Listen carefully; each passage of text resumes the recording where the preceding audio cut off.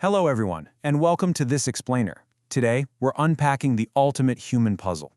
We're gonna dive deep into human behavior and the mind, and we're breaking down some incredible source material to completely demystify human psychology. Have you ever just stopped and wondered why we think the way we do? Or why we behave so predictably or maybe even unpredictably in certain situations? It is the core mystery of the human experience. And psychology? Well, that's the toolkit we use to actually decode it. So, here is our roadmap for today. 1. What is psychology? 2. History and evolution.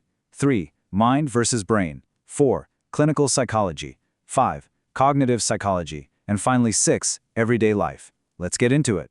Section 1. What is psychology? Decoding the meaning. The word itself actually comes from two Old Greek words, psyche, which means the soul or the mind, and logos, which means the study of something. So stripped down to its absolute core, psychology is simply the rigorous, scientific study of the human mind and behavior. Moving on to Section 2, History and Evolution, from philosophy to science. Back in its early days, psychology was basically just a branch of philosophy. People debated it, sure, but they didn't measure it. That shifted entirely in 1879 when a guy named Wilhelm Wundt built the very first psychology laboratory over in Germany, which finally granted it the status of an independent science. This was a huge deal. It paved the way for figures like Sigmund Freud to introduce his theory of the unconscious mind, basically suggesting that our hidden experiences secretly drive our adult behaviors. All right, Section 3, Mind versus Brain, the hardware and the software. People use these two terms interchangeably all the time, but they are actually totally distinct. Think of the brain as your hardware. It's a visible, physical organ you can literally touch and scan. But the mind? The mind is the software. It's this abstract realm of thoughts, feelings, and consciousness. Psychology is all about understanding that software.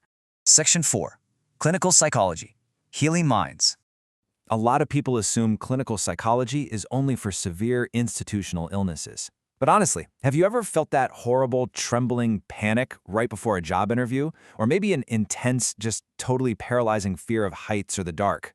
These deeply human, everyday struggles are exactly where clinical psychology steps in. Clinical psychologists help manage conditions like depression and severe anxiety using evidence-based therapies. One of their primary tools is cognitive behavioral therapy, or CBT.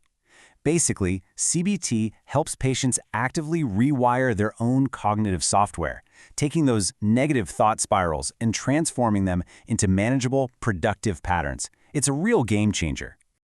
Section 5, Cognitive Psychology, How We Think. So, cognitive psychology is entirely dedicated to understanding the brain's internal processing. It asks the big questions. How do we actually remember things? How do we maintain focus in a crowded, noisy room? How do we solve complex problems? Going back to our earlier analogy, cognitive psychology studies the mind exactly like you would study a complex computer processor. Let's make this relatable. Have you ever bumped into an old friend, instantly recognized their face, but their name is just completely stuck? You know it, but it just will not surface. It's incredibly frustrating, right? But it's a remarkably common mental hiccup. Well, cognitive psychology actually has an official scientific name for this exact feeling, the tip of the tongue phenomenon. It represents a fascinating little glitch in our cognitive processor. Your memory retrieval fails right at the very final step, even though that feeling of knowing the information is powerfully present. It just goes to show how complex our internal filing system really is. And this perfectly brings us to multitasking. Think about it. You might be driving a car while listening to music, while having a full-blown conversation with a friend, all at the exact same time. Yet you still manage to make the correct turn completely automatically. How on earth does the brain juggle all this simultaneous input without crashing? That is exactly what cognitive psychologists decode. Actually, before we move on, I should quickly note another major branch, developmental psychology. While clinical focuses on healing and cognitive focuses on processing, developmental psychology studies the timeline of the mind.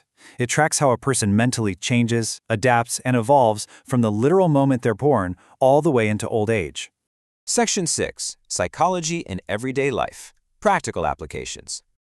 Listen, psychology is definitely not confined to a therapist's couch or some dusty old textbook. It is an active, breathing part of your daily routine. It literally influences how you perform at work, how you connect with your friends, and how you interact with total strangers. The everyday benefits of applying these concepts are incredibly practical. When you understand psychology, it helps you regulate your own emotions, make much clearer decisions, and far more accurately interpret the behavior of the people around you. Because here is the bottom line.